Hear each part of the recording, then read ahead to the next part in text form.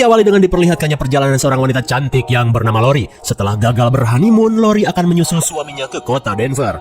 Di tengah perjalanan, Lori beristirahat sambil merenung. Mentang-mentang kerja di Ojon's Company, si AA malah gawe, padahal gue pengen honeymoon.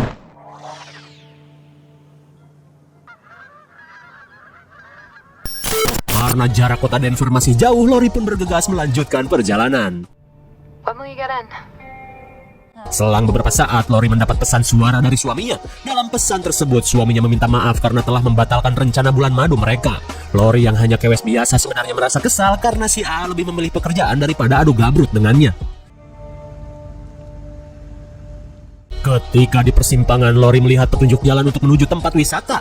Dan hingga pada akhirnya, Lori yang kesal pun memilih untuk berlibur sendirian daripada menemani suaminya bekerja. Di sepanjang perjalanan, Lori berusaha gembira dengan menyetel sebuah lagu yang sedang viral.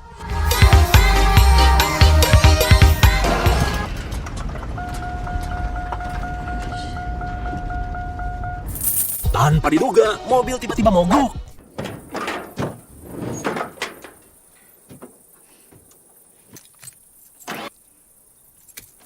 Tapi karena bukan lulusan STM, Lori pun kesulitan untuk memperbaikinya. Dan di saat ia akan menelpon Kang Bengkel, ternyata sutradara di film ini pun ikut-ikutan mempersulit.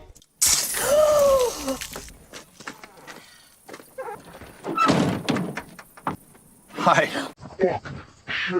Dan betapa kagetnya Lori saat seorang pria asing memergokinya sedang berganti skin, bagaikan PDKT film-film warkop. Pria bernama Chris ini langsung mencoba memperbaiki mobil Lori. Jelas saja Lori pun senang dengan kebaikan Chris yang berwajah tampan dan bertubuh tespek.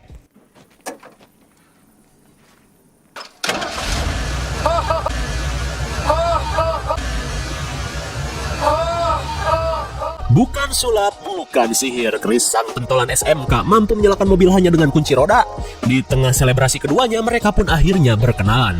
Dan ketika Lori akan melanjutkan perjalanan, ia pun berusaha sok baik dengan menawarkan tumpangan kepada Chris. Jelas saja cowok mana yang menolak ajakan mamah muda seperti Lori. Di sepanjang perjalanan, Chris dan Lori curcol kemana-mana. Lori pun dengan bangga menceritakan suaminya yang bekerja di Ojon's Company. Demi mendapatkan hadiah rumah Indosiar dari perusahaan, suaminya pun rela mengorbankan bulan madu mereka. Mendengar kesuksesan suami Lori, Chris pun langsung panas dada dan sirik. Karena sejak lulus SMA, Chris cuma pernah bekerja sebagai sales alat penghemat listrik saja. Apalagi suami Lori memiliki istri cantik yang kini sedang bersamanya. Lalu Chris berkata, "Aku memang tidak sesukses dirimu, tapi ku yakin cacingku lebih panjang berurat meskipun sedikit bengkok." Sontak Lori pun kaget dan kesal karena bacotan Chris menganggapnya cewek micet. Ia pun langsung menyuruh Chris untuk turun. No. We're gonna go on a nice little drive. Melihat Lori yang akan kabur, Chris mengancamnya dengan pisau untuk terus melanjutkan perjalanan. Daripada dikasih mulus ekstrim, Lori pun menuruti perintah Chris yang menginginkannya menuju motel bedeng. Di tengah ancaman, Lori tidak tahu apa yang sedang direncanakan pria gelo ini. Lalu ia memikirkan cara untuk bisa terbebas. Melihat Chris tidak memakai sabuk pengaman, Lori memberanikan diri untuk menyusupkan mobilnya ke dalam jurang.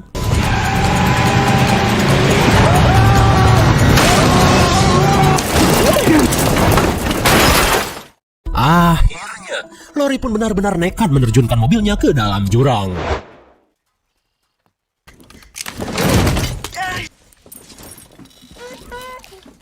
Saat Chris pingsan di luar, Lori terlihat kesakitan saat kakinya terjepit bodi mobil. Sebelum Chris sadar, Lori berusaha melepaskan kakinya yang terluka.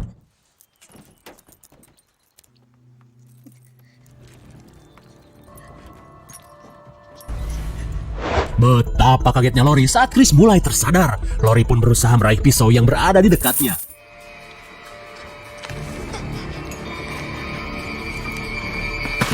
Tepat pada waktunya, Lori berhasil mendapatkan pisau sebelum ketahuan. Melihat kaki Lori yang kejepit, Chris merasa jika mangsanya ini tidak mungkin kabur. Dan tak lama kemudian, Chris pun pergi entah kemana.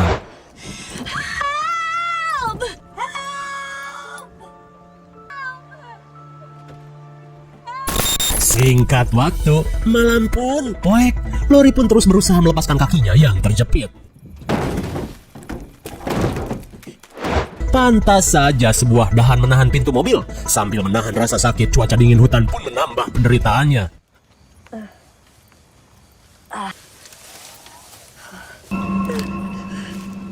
Sontak Lori pun ketakutan parah saat ia merasa ada genderuwo. Namun tak lama kemudian sesuatu itu pun kini menjauh.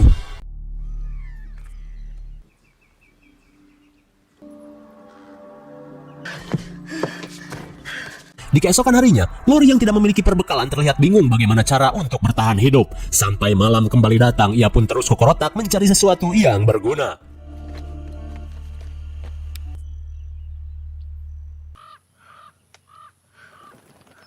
Di hari ketiga, Lori terbangun dengan posisi kaki yang masih terjepit. Lalu tiba-tiba,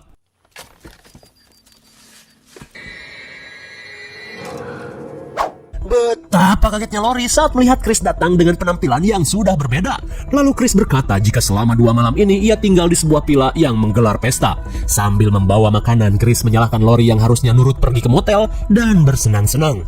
Tapi jelas saja, Lori tidak sudi jika sampai perabotannya dieksplorasi. Kemudian Lori yang sudah 2 hari tidak makan memutuskan untuk menggembel pada Chris. Akan tetapi, Chris malah mempermainkannya dan meninggalkannya kembali ke villa.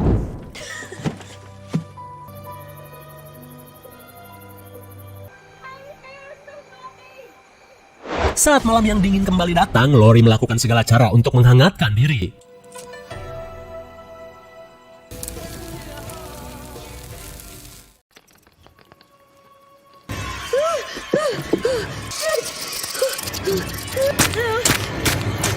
Setelah panik setengah edan, usus Lori kembali bergetar karena dari kemarin cuman makan angin. Dan mau tak mau, karena tak ada yang bisa dimakan, dengan terpaksa Lori pun memanfaatkan jenazah si Jerry.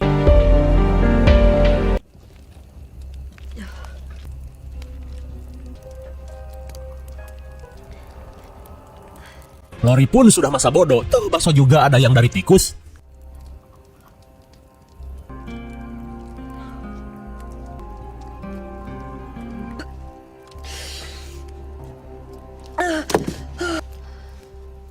Di hari berikutnya, Lori terbangun oleh getaran HP miliknya.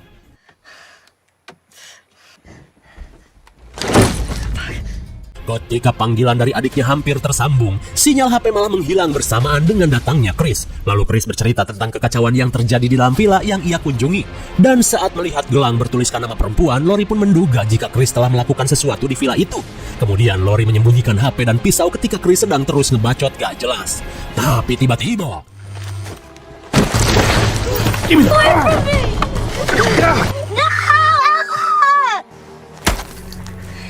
akhirnya, harapan Lori untuk meminta bantuan pun kandas. Sakit hatinya pun double karena HP kreditannya pun ikut dihancurkan.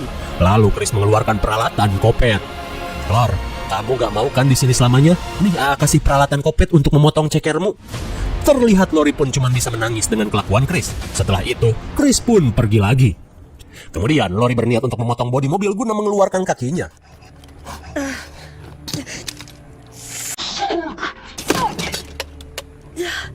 Tapi jelas saja, rencana super sulit ini membuat usaha Lori sia-sia. Saat malam kembali datang, Lori yang kehausan berniat untuk meminum ompolnya sendiri.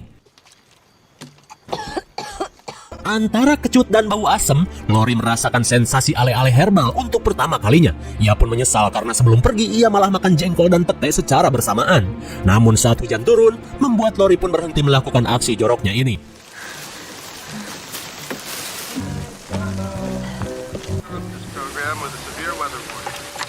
Kemudian, sebuah berita di radio mengabarkan jika hujan ini berpotensi menimbulkan banjir. Warga yang sedang OTW pun disarankan untuk latihan berenang guna bisa selamat dari banjir. Lalu tiba-tiba, ia mendengar suara sebuah mobil yang melintas di bibir jurang.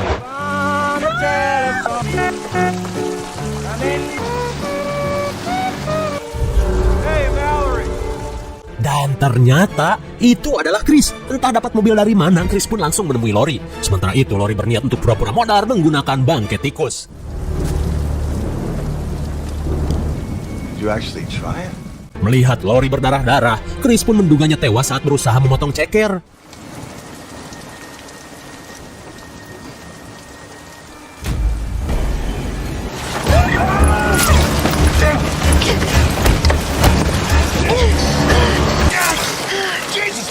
Setelah menyucuk pria ini, Lori pun mengambil kunci mobil milik Chris dan menyalakan alarmnya agar para pengendara mengetahui keberadaan mereka. Sebelum ada orang yang datang, Chris pun bergegas menuju mobil curiannya.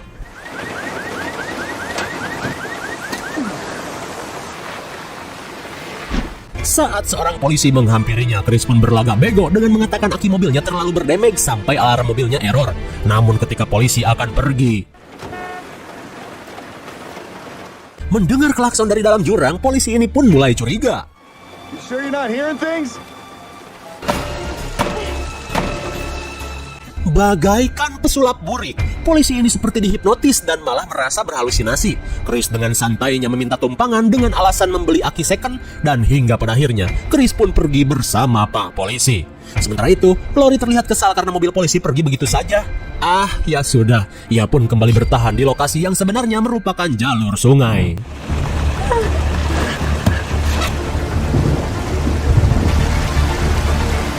Di tengah kepanikannya, Lori berusaha untuk melepaskan kakinya yang terjepit.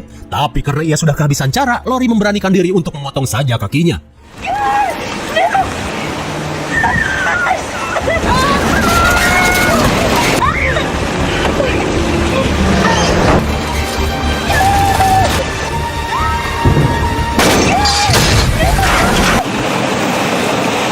Untung saja, arus sungai yang begitu kuat membuat Lori akhirnya terbebas setelah beberapa hari kejepit.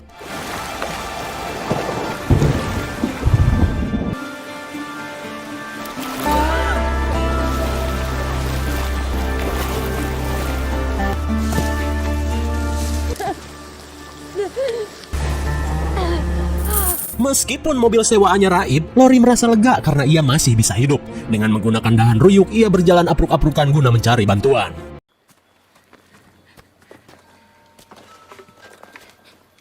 Selang beberapa saat, Lori menemukan sebuah villa yang diduga merupakan tempatnya Chris. Lalu tiba-tiba, Lori mendengar teriakan seorang wanita.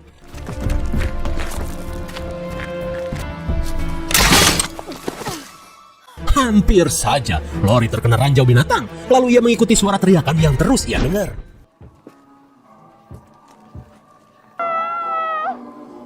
Melihat wanita yang disekap, Lori memberanikan diri untuk menyelamatkannya. Dan tak lama kemudian Lori mendengar Chris yang sedang ngebacot di dalam villa.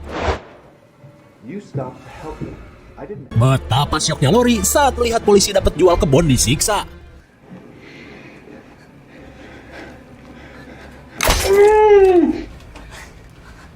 Setelah Pak Polisi tewas, Lori menyelinap untuk masuk ke dalam kamar wanita tadi. Lori pun melihat saat Chris berlagak bak seorang polisi. Ia pun akhirnya tahu jika Chris memang orang sinting. Dan ternyata Chris sudah banyak memakan korban. Kemudian Lori berusaha mendapatkan pistol polisi yang berada di hadapannya.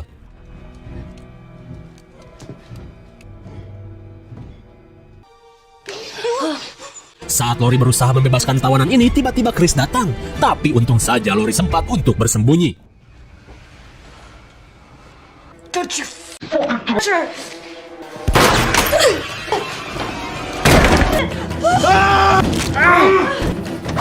Dengan jurus gigitan dan cakaran, Lori dan si korban berhasil menghindari serangan Chris. You really are full of surprises.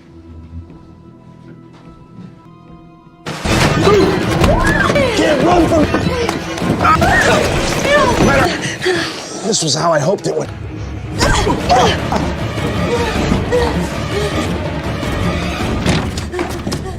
Setibanya di lantai 2, Lori langsung bersembunyi. Dan saat Chris mencari mereka, habis jatuh dicaplok jebakan, Chris pun ripuh bercampur malu karena dikadalin 2 cewek. Saat Lori menghampirinya, ia merasa jika Chris tidak akan bisa kemana-mana, hingga Lori berniat untuk memperlakukan Chris seperti yang pernah ia alami. Chris, kalau lu lapar gak usah rese, ntar juga ada tikus lewat. Setelah memberi tutorial bertahan hidup, Lori dan seorang korban kekopetan Chris pun akhirnya bisa pergi. Lalu, film pun sudah berakhir.